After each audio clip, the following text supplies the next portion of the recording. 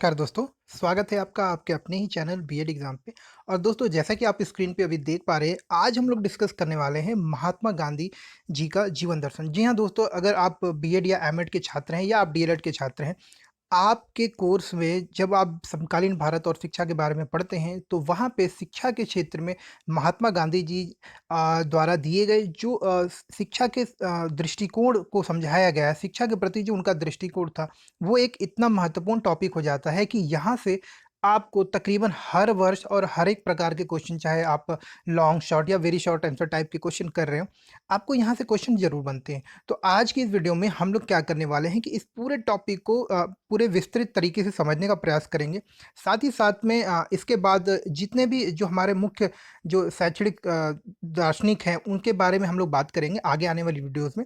तो आप सभी से रिक्वेस्ट है कि अगर अभी तक आपने नहीं चैनल सब्सक्राइब किया है या फिर आप चैनल पे पहली बार आ रहे हैं, तो दोस्तों रिक्वेस्ट है कि आप सब लोग चैनल को सब्सक्राइब कर लें, ताकि आगे आने वाली वो सारी इंपॉर्टेंट वीडियोज़ की नोटिफिकेशन आपको रेगुलरली मिलती रहे। साथ ही साथ दोस्तों मैं आपको बताते हुए बड़ा ही खुशी महसूस कर रहा हूँ कि इस चैनल पे आपको प्रीवियस ईयर पेपर्स के साथ साथ जो भी नोट्स होते हैं इंपॉर्टेंट, जो आपको लगते हैं कि आपके टॉपिक से या फिर आपके सब्जेक्ट से या आपके एग्जाम के पॉइंट ऑफ व्यू से ज़रूरी हैं, वो सारे नोट्स भी अवेलेबल हैं। तो अगर आपको कोई नोट्स चाहिए हों, तो आप प्लीज़ कमेंट करके मुझसे वो नोट्स के लिए आप बात भी कर सकते हैं।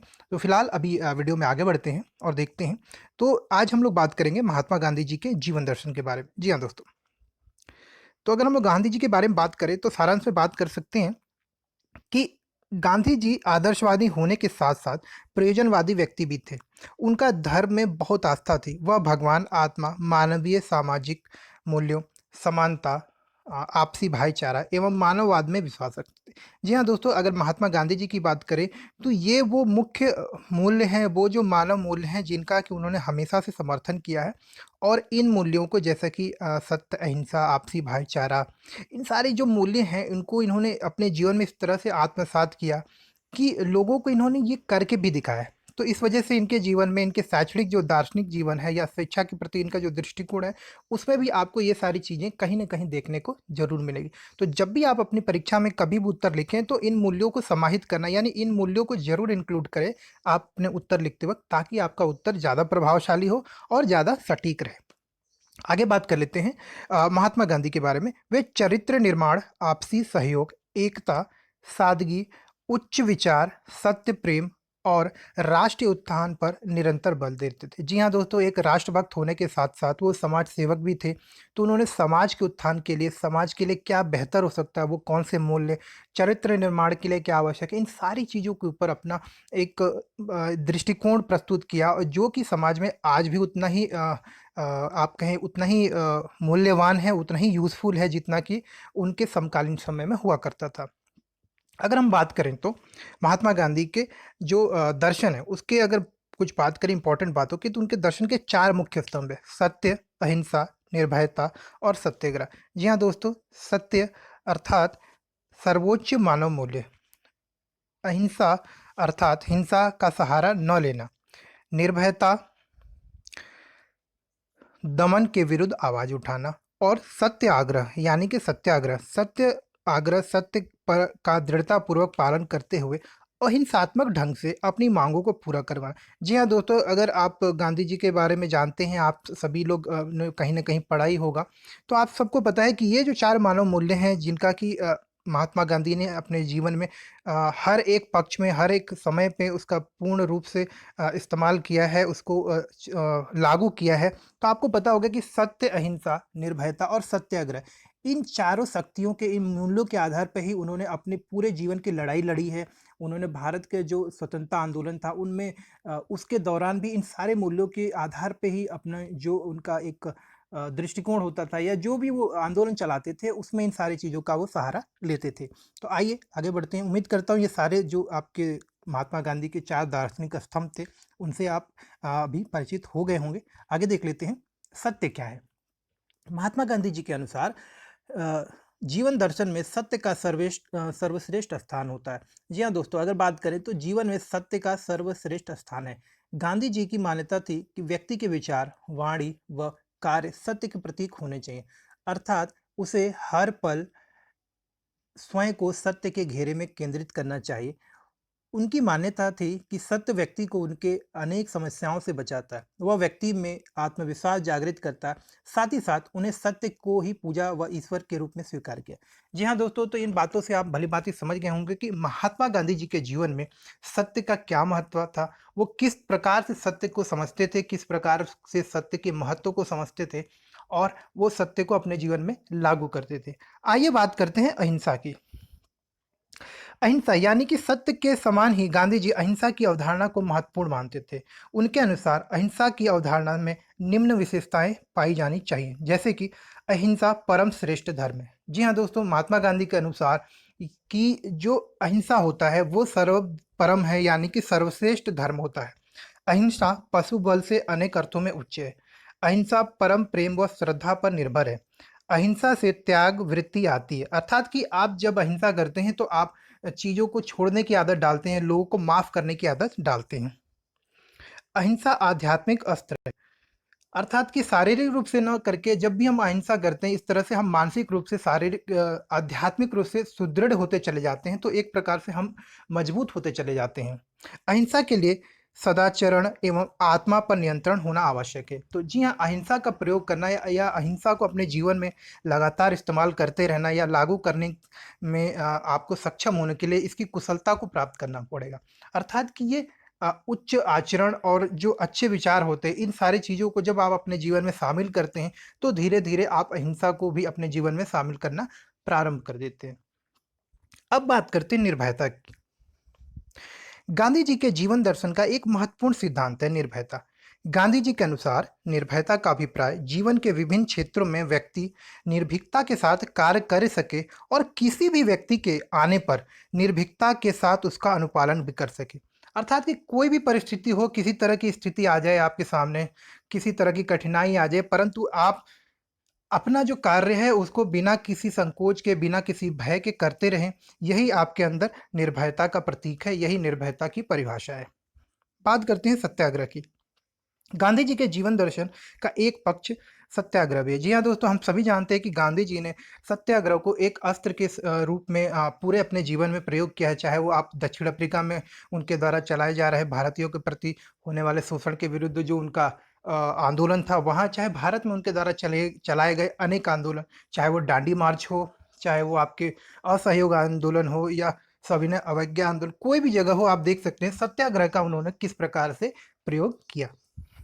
तो सत्याग्रह का तात्पर्य है जीवन के प्रत्येक परिस्थिति में व्यक्ति सत्य की दिशा में किए गए निर्णय पर अडिग रह सके। जो व्यक्ति सत्य पर अडिग रहता है वह जीवन में सफलता की ओर उन्मुख होता है। उन्होंने सत्याग्रह के अर्थ को स्पष्ट करते हुए लिखा है कि सत्य का अर्थ झूठे के परे और सत्याग्रह का अर्थ सत्य का बल दृढ़ अवलंबन है। यानी कि सत्य को आप दृढ़ता के साथ में अपने आप में शामिल करते हैं, मानते हैं, उसका पालन करते हैं। तो उम्मीद करता हूँ दोस्तों, ये जो मुख्य बातें थी दार्शनिक दृष्टि से, जो उनके चार प्रमुख जो मूल्य है उनसे आप परिचित होंगे। अब बात करते हैं गांधी जी के शिक्षा दर्शन के आवश्यक तत्व।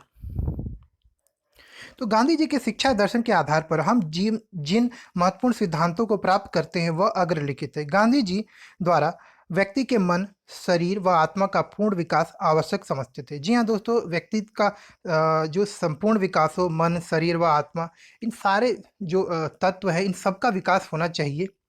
गांधी जी ने उस शिक्षा को अच्छा बताया है जो हमें सैद्धांतिक ज्ञान के साथ साथ व्यवहारिक क्षमता भी देता है। अर्थात कि आप जो चीज़ों के बारे में जो है शैक्षणिक ज्ञान तो लेते हैं, उनके बारे में सैद्धांतिक बारे में तो समझते हैं, उनके सिद्धांत को तो समझते हैं, परंतु उसको जीवन में किस प्रकार से उपयोग किया जा सकता है इसके बारे में भी आप कुशल होते चले जाते हैं। इस प्रकार की शिक्षा को उन्होंने उच्च शिक्षा माना है। संपूर्ण देश में 7 से लेकर 14 वर्ष तक के बालकों की शिक्षा निःशुल्क और अनिवार्य होनी चाहिए। गांधी जी के अनुसार उन्होंने बेसिक शिक्षा को उन्होंने जो है अनिवार्य माना, और महात्मा गांधी जी बेसिक शिक्षा के प्रतिपादक थे। बेसिक शिक्षा अगर कही जाए तो महात्मा गांधी जी की ही देन है, जो हमारे देश में अभी भी लागू है। यह भी मानते थे, अर्थात कि गांधी जी का मानना था कि शिक्षा मात्र अक्षर ज्ञान ही नहीं वरन व्यवहार का परिमार्जन करने की प्रक्रिया भी। अर्थात कि शिक्षा के माध्यम से, गांधी जी के दृष्टिकोण में शिक्षा के माध्यम से, या शिक्षा वो साधन है जो व्यक्ति को आपके सांसारिक ज्ञान से तो परिचित कराता है, साथ ही साथ व्यावहारिक और आध्यात्मिक रूप से भी तैयार करता है कि वह अपने जीवन में आत्मनिर्भर हो, अपने जीवन में अपना भरण-पोषण कर सके, अपने परिवार वालों का समर्थन कर सके, उनको भी सहायता कर सके। शिक्षा के द्वारा उत्तम नागरिक का निर्माण होना चाहिए। शिक्षा का माध्यम मातृभाषा होना चाहिए। शिक्षा का संबंध जीवन की वास्तविक स्थिति से होना चाहिए। शिक्षा सदा अहिंसा के मूल्यों को विकसित करने में सहायक होनी चाहिए। जी हाँ दोस्तों, महात्मा गांधी जी के द्वारा अगर इन सारी बातों को आप समझते हैं तो इन पॉइंट्स को भी आपको परीक्षा में लिखना पड़ेगा। ये बहुत इंपॉर्टेंट पॉइंट्स हैं और मैंने कोशिश की है कि आपको इन पॉइंट्स में ही बताऊं ताकि आप सीधे अगर इन पॉइंट्स को लिख सके तो आप लिख पाएँ तो आप परीक्षा में इसी प्रकार से लिखें। शिक्षा के द्वारा बालकों में आर्थिक क्षमता व उत्पादन क्षमता का विकास किया जाना चाहिए। शिक्षा द्वारा बालक की क्षमता का पूर्ण रूप से विकास किया जाना चाहिए। शिक्षा योजना में कम से कम मैट्रिकुलेशन तक अंग्रेजी पढ़ने की व्यवस्था होनी चाहिए। शिक्षा को बालक के शरीर व आत्मा का सामंजस्य पूर्ण विकास करना चाहिए, अर्थात कि शिक्षा के माध्यम से शारीरिक विकास के ऊपर तो जोर दिया ही जाना चाहिए, साथ ही साथ आध्यात्मिक रूप से, सांस्कृतिक रूप से भी व्यक्ति को सजग व कुशल बनाने का प्रयास होना चाहिए। अंग्रेजी शिक्षा के ऊपर भी महात्मा गांधी जी ने विशेष जोर दिया और उनका मानना था कि शिक्षा को कम से कम कक्षा 10 तक की पढ़ाई में शामिल की जानी चाहिए। अब बात करते हैं एक बहुत ही इंपॉर्टेंट टॉपिक की जहां से प्रश्न आते हैं आपके, चाहे आप कोई और भी परीक्षाएं दें, चाहे यूपी टेट सी टेट की परीक्षा भी देंगे तो आप देखेंगे कि यहाँ से प्रश्न आते हैं और आपकी परीक्षाओं में तो ये बहुत ही महत्वपूर्ण प्रश्न है कि वर्धा योजना से आप क्या समझते हैं या वर्धा योजना के ऊपर आप एक टिप्पणी लिखे। तो आइए समझते हैं दोस्तों। देखिए दोस्तों, महात्मा गांधी जी के बारे में हम लोग बात करते हैं तो वर्धा योजना के बारे में हमें बात करनी ही पड़ती है। तो समझते हैं यहाँ पे महात्मा गांधी की भारत को जो देन है उसमें बुनियादी शिक्षा अत्यंत महत्वपूर्ण एवं बहुमूल्य है। अर्थात कि जो बेसिक एजुकेशन हम लोग कहते हैं वो जो है यानी कि बुनियादी शिक्षा, वो महात्मा गांधी जी के प्रयासों का ही परिणाम है जो हम आज भी वर्तमान शिक्षा प्रणाली में उसको देख पा रहे हैं। इसे वर्धा योजना, नई तालीम, बुनियादी तालीम तथा बेसिक शिक्षा के नामों से भी जाना जाता है। जी हाँ दोस्तों, आप बात करते हैं 22 से 23 अक्टूबर 1937 को वर्धा में जो अखिल भारतीय शैक्षिक सम्मेलन आयोजित हुआ, उसकी अध्यक्षता महात्मा गांधी जी ने की। उसके उद्घाटन में गांधी जी ने अपने शिक्षा दर्शन के महत्वपूर्ण पहलुओं पर प्रकाश डाला। उसी के दौरान उसके बाद उन्होंने नई तालीम योजना के अनेक पहलुओं पर खुल के चर्चा भी हुई। अर्थात कि वो जो सम्मेलन हुआ वर्धा में, वहाँ पर महात्मा गांधी ने अपनी जो उनका शिक्षा के प्रति दृष्टिकोण था, जो बेसिक शिक्षा की जो बारे में वो लोगों को बताना चाहते थे, वहाँ पर उस सम्मेलन में उस विषय के ऊपर चर्चा भी हुई। और सारे जो शिक्षाविद थे उन्होंने भी उस बात को समझा और अपने अपने विचार प्रस्तुत किए। और उसके बाद नई तालीम योजना के अनेक पहलुओं पर खुली चर्चा हुई। इस चर्चा में प्रसिद्ध गांधीवादी शिक्षा शास्त्री विनोबा भावे, काका केलकर तथा जाकिर हुसैन सहित अनेक विद्वान ने भी भाग लिया। सम्मेलन के अंतिम दिन निम्नलिखित प्रस्ताव पारित किए गए, जैसे कि बच्चों को 6 वर्ष तक राष्ट्रव्यापी निःशुल्क एवं अनिवार्य शिक्षा दी जाए। शिक्षा का माध्यम मातृभाषा हो। इस दौरान दी जाने वाली शिक्षा हस्तशिल्प या उत्पादक कार्यों पर केंद्रित हो।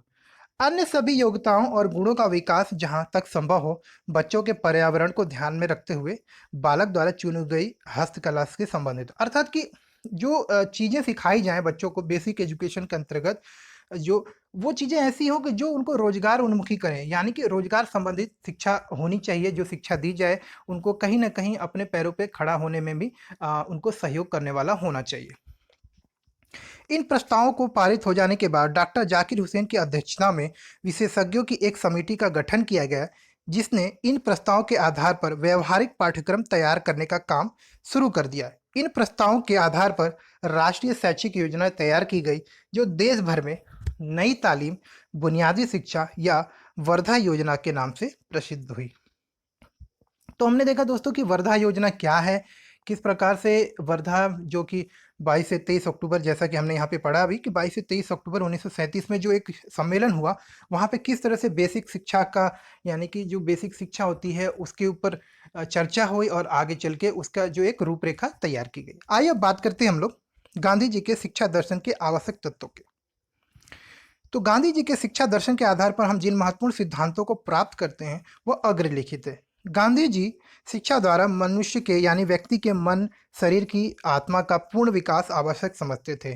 गांधी जी ने उच्च शिक्षा को अच्छा बताया।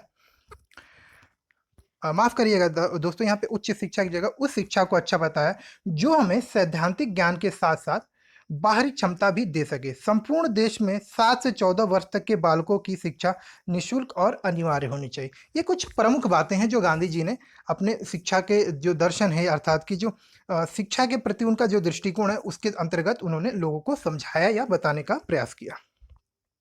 गांधी जी मानते थे कि शिक्षा अक्षर ज्ञान ही नहीं वरन व्यवहार का परिमार्जन करने की प्रक्रिया है। शिक्षा के द्वारा उत्तम नागरिक का निर्माण होना चाहिए। शिक्षा का माध्यम मातृभाषा होनी चाहिए। शिक्षा का संबंध जीवन की वास्तविक परिस्थितियों से होना चाहिए। शिक्षा सत्य अहिंसा के मूल्यों को विकसित करने में सहायक होनी चाहिए। दोस्तों यहाँ पे सचिव लिखा है, वहाँ पे सत्य और अहिंसा होना चाहिए। शिक्षा के द्वारा बालक में आर्थिक क्षमता व उत्पादन क्षमता का विकास किया जाना चाहिए। शिक्षा द्वारा बालक की क्षमता का पूर्ण रूप से विकास किया जाना चाहिए। शिक्षा योजना में कम से कम मैट्रिकुलेशन तक अंग्रेजी पढ़ने की व्यवस्था होनी चाहिए। जैसा कि हमने अभी ये सारी चीजें ऊपर देखी है। गांधी जी ने साक्षरता या पढ़ने लिखने के साधारण ज्ञान को शिक्षा नहीं माना। उनके विचार से साक्षरता न तो शिक्षा का अंत है और न शिक्षा का प्रारंभ है। यह तो केवल स्त्री पुरुषों को शिक्षित करने का साधन है। गांधी जी के अनुसार शिक्षा का रूप अत्यंत व्यापक एवं विस्तृत है। शिक्षा बालक के सभी प्रकार की क्षमताओं का विकास करता है। गांधी जी ने यह भी स्पष्ट किया कि अच्छी शिक्षा वह है जो बालक की आत्मिक, बौद्धिक और शारीरिक क्षमताओं को उनके अंदर से बाहर लाने यानी कि प्रकट और उत्तेजित करती है।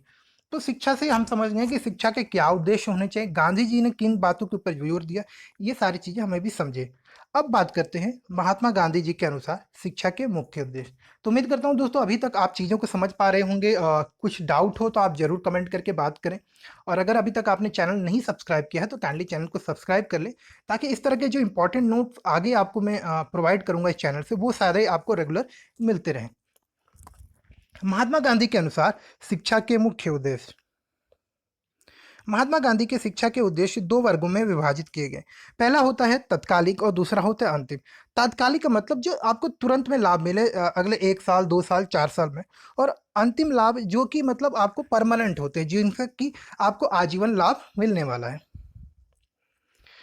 तात्कालिक उद्देश्य, इसके अंतर्गत गांधी जी ने उन उद्देश्यों को रखा है जिनसे विद्यार्थी को तुरंत लाभ हो सके, जैसे शारीरिक विकास, नैतिक और चारित्रिक विकास, मानसिक व बौद्धिक विकास, जीविका उपार्जन के उद्देश्य, सांस्कृतिक उद्देश्य, पूर्ण विकास, मुक्ति का उद्देश्य। अर्थात ये कुछ मुख्य बातें हैं जो कि आपके मतलब तात्कालिक उद्देश्य हैं, यानी कि शिक्षा के माध्यम से ये कुछ ऐसे उद्देश्य हैं जो आप तुरंत प्राप्त करना चाहते हैं। जो शिक्षा आपको ये सारी चीजें तुरंत उपलब्ध कराए या इन सारी चीजों में आपको कुशल बनाए, निपुण बनाए। अंतिम उद्देश्य, शिक्षा गांधी जी के अनुसार शिक्षा का चरम उद्देश्य यानी कि अंतिम उद्देश्य वास्तविकता का अनुभव, ईश्वर एवं आत्मा का ज्ञान समझना होता है। इस उद्देश्य की पूर्ति के लिए उन्हें चरित्र निर्माण को आवश्यक माना। तो जैसा कि हमने यहाँ पे बात किया था, हमने वो बात बताई आपको कि अंतिम उद्देश्य ऐसे उद्देश्य होते हैं जो व्यक्तित्व को निखारते हैं, व्यक्ति को आध्यात्मिक, सामाजिक और सांस्कृतिक रूप से कुशल और ज्ञानवान बनाते हैं। तो ये सारी चीजें जो होती हैं आपके अंतिम उद्देश्य होती हैं, और ये आप शिक्षा के माध्यम से प्राप्त करते हैं। तो उम्मीद करता हूँ दोस्तों ये सारी चीज़ें आपको अभी क्लियर हो गई होंगी, और अब अगर आपको कोई भी डाउट रह जाए तो आपसे रिक्वेस्ट है कि आप कमेंट करके वो चीज़ें बताएं। ये जो चीज़ें अभी हमने डिस्कस की हैं वीडियो में, इसका लिंक मैं आपको डिस्क्रिप्शन में देता हूं, जो कि आप डाउनलोड करके भी आप चेक कर सकते हैं। तो अगर आपको वीडियो अच्छा लगा हो तो इसको लाइक करें, और अगर अभी तक आप मेरे चैनल का हिस्सा नहीं है, मेरे परिवार का हिस्सा नहीं बने हैं, तो प्लीज़ चैनल को सब्सक्राइब कर लें, ताकि आगे जो भी चीज़ें मैं बताता हूँ या जो चीज़ें आपको चाहिए, मैं वो चीज़ें आपके लिए वीडियो के माध्यम से लेकर आने का प्रयास करूँ, और वो चीज़ें आपको लगातार मिलती रहे। तो मिलते हैं हम लोग फिर एक नए वीडियो के साथ में, तब तक के लिए नमस्कार, धन्यवाद।